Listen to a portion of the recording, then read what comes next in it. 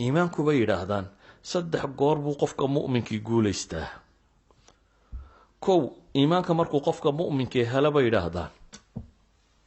wuxuu helaa iطminaan alqalb wa raaxat albaal waistiqaamat almanhaj buu helaa bay yidhahdaan. qof qalbigiisu xasiloon yihi, warwar iyo walbahaar aan qabin, psychologically degan, dariiq saxa haya buu noqdaa. dunidaynu maanta joogno waxaa ka xanuunada ugu badan maanta dadka bini aadamka ku dhaca waa kuwa caqliga iyo maskaxda iyo neerfaha iyo waalida keena iyo istilka iyo baliya baaskan. iimaanku wuxuu keenaa maxay? alaa bidikri illaahi tatmainu alquluub, iطminaan alqalb iyo raaxat albaal. psychologically qofku inuu dego, inaanay dunidu mashkiladba ku noqono wax weyn la ahayn, inuu haysto meeshan uu joogaa inay tahay daaru ibtilaa wa imtixaan,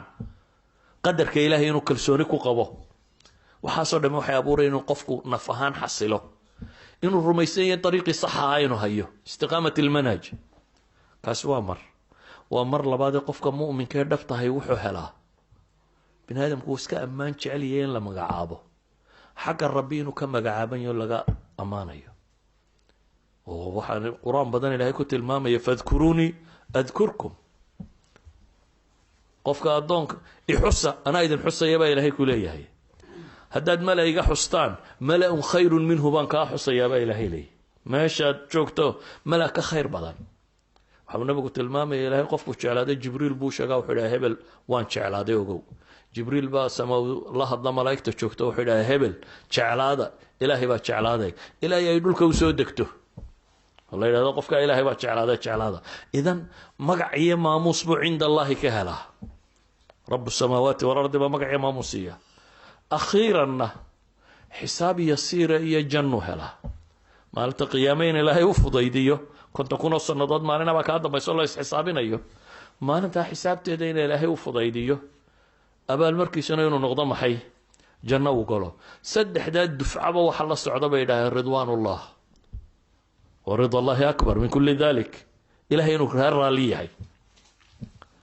mar kale qur-aanku wuxuu inoo tilmaamayaa qofku waxa ugu weyn oo haysta waa caqiido, waa diin. hadduu diintiisu badbaado inuu guushii ugu weynayd gaadhay, hadduu iyada waayana inuu guuldaradii ugu weynayd ay ku dhacday. inagu marar badan dadku waxay ka fakeraan ilmahaagu hadduu dhakhtar noqdo lacag helo caynka, wallaahi de waa nin ragowno istaberiyo waxaad u haysataa inuu guulaystay, walow diintaba ha ka tagane. hadduu nin iska miskiin oo meelihiisa iska jooga laakiin diintiisa iskaga midana, wallaahi de midna waa wadaad yaroo meelaha masaajidu iska joogjoogaye, waxa dhiba cidna kuma haya laakiin naf badan ma leh, isna wax ma taransan, reerkana wax ma tarin. yani nin uun meelaha iska joogjoogo oo tamartiisu aanay badnayn ayuu muuqda. inagu maynu aragnay inuu guulaystay dhakhtarka noqda ee lacagta garaynaya. laakiin xaqiiqadu waxay tahay إلهي قرآن كوحولي يا أيها الذين آمنوا هل أدلكم على تجارة تنجيكم من عذاب أليم تؤمنون بالله ورسوله وتجاهدون في سبيل الله بأموالكم وأنفسكم ذلكم خير لكم إن كنتم تعلمون يغفر لكم ذنوبكم ويدخلكم جنات تجري من تحتها الأنهار ومساكن طيبة في جنات عدن ذلك الفوز العظيم وأخرى تحبونها نصر من الله وفتح قريب. إلهي وحولي دادك المؤمنين تا إلهي الرسول بالرمية إلهي تيسا ودرريو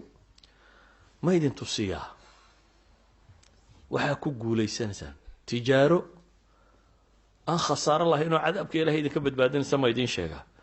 وحالا يدي إيمانك قاتو إلهي الرسول بالرمية تا إلهي ودرروكا محا أبا المرو ليدين حدا صايا شان أبا المركي نوا محي وادن بيجي نولا دافو جنة إلهي دين قليو قرية في عنو جنة ليدين كسيو جنة النجاديو أدكتان ذلك الفوز العظيم بإلهي هداد ليبان وين ربطانا كاس بقى بإلهي الليبان توين كو وهذا الدنيا ده حنو بهنا ينا نقال كحق بدنا ينا كان يلا ينا نقول السنة أرن كاسوا حقه إلهي وحلا وأخرى تحبونها نصر من الله يميت كلا يدون كأشيء نوع إن ليدين قوليه تنكلا وأخرى تحبونها ويا ما هم مين بوينت كي مين بوينت كوا محي وهنا دليبانته ولدن لقبي إلهي محيري إن الذين آمنوا وعملوا الصالحات lahum jannaatun tajri min taxtiha alanhaar maxaa ku xiga dalika alfawzu alkabiir baa ilaah yidhi waa kuwii la gubay hadda kuwii iimaanka laga helay iyo camalka saalixa ahi waxay leeyihin baa ilaah yidhi jannooyin hoosteeda ay biyo dareerayaan webiyaal dareerayaan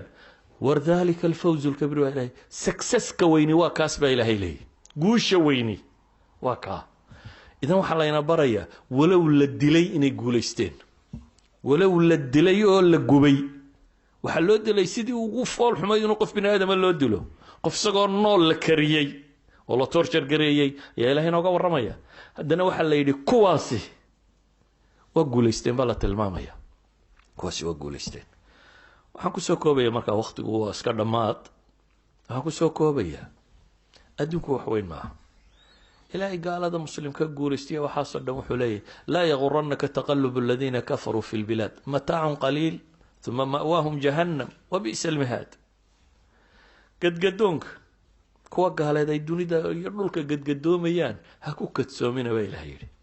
war intan aa aragtaan baa ilahay leeyahy waa mataacun qaliil waa bedhbedhsi yar waa raaxo aada u yar uma ma'waahum jahannam wabi'sa almihaad waa ruuxa ka dambeeya waa jahanamo baa ilaahay yidhi oo meel gogolnayadaa u xun meel la galana taasaa u liidataa marka intaan ha ku kadsoomina ilaahay wuxuu leeyahay dunidu ma aha meeshii cadaaladda ilaahay kama dambaystaa laga muujinayay dunidu waa daarul ibtilaa waa lays imtixaamaya wanaag baa lagugu imtixaamay nablukum bilkhayri washari fitna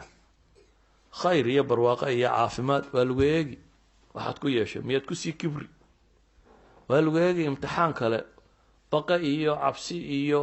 xanuun iyo faqri iyo dhib kale waa lagu eegi tasbir dabeetana saa daraaddeed ilahay wuxuu yidhi walaa taxsabana allaha gaafilan cama yacmalu aldaalimuun inamaa yu'akhiruhum liyowmin tashkhasu fiihi labsaar war dadka waan u kaadinayaa baa ilaahay leeyahy ha u malaynina baa ilaahay leeyahy in ilaahay moog yahay kuwa dulmiga sameeyaa waxay wadaan in ilaahay ka qarsoon tahay ha u malaynina lakin ilahay wuxuu leeyahy inamaa yu'akhiruhum ilaahay judgmentkooda wuxuu dib ugu dhigaya abaalmarintooda dee maalinta abaalmarinta ilahay wuxuu leeyahy inamaa yuwafawna ujuurahum yowma alqiyaama faman zuxzixa cani nnaari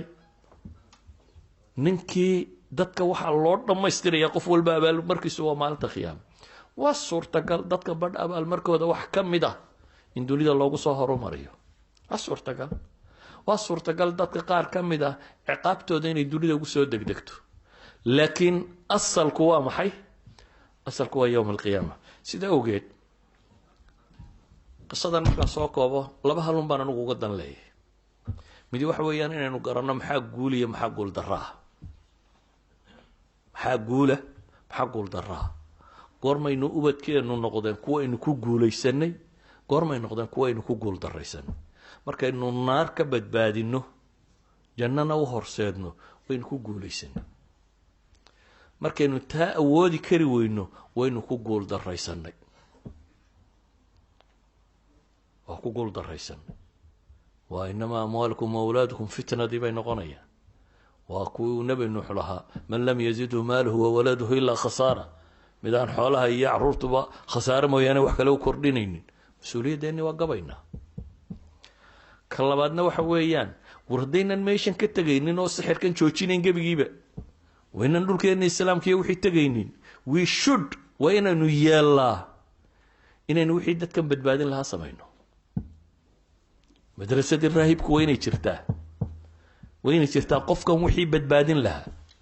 dugsigan wuu ku qasban yahay halkan kuma noolaan kartid isagoon iskuul dhiganaynin ama home school ku sheeg ama ka kale ku sheeg ma ku noolaan kartid bilaa iskuul wuu joogayaa iskuulkana wuu dhiganayaa haddaba siduu u badbaadayaa